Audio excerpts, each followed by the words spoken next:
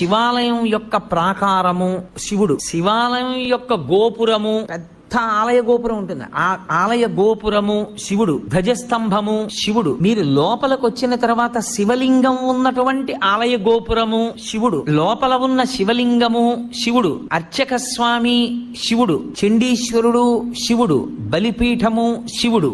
8గా ఉంటాడు శివుడు. ఈ 8లో మీకు ఏది కనపడినా మీకు శివదర్శనమైనట్టు లెక్క.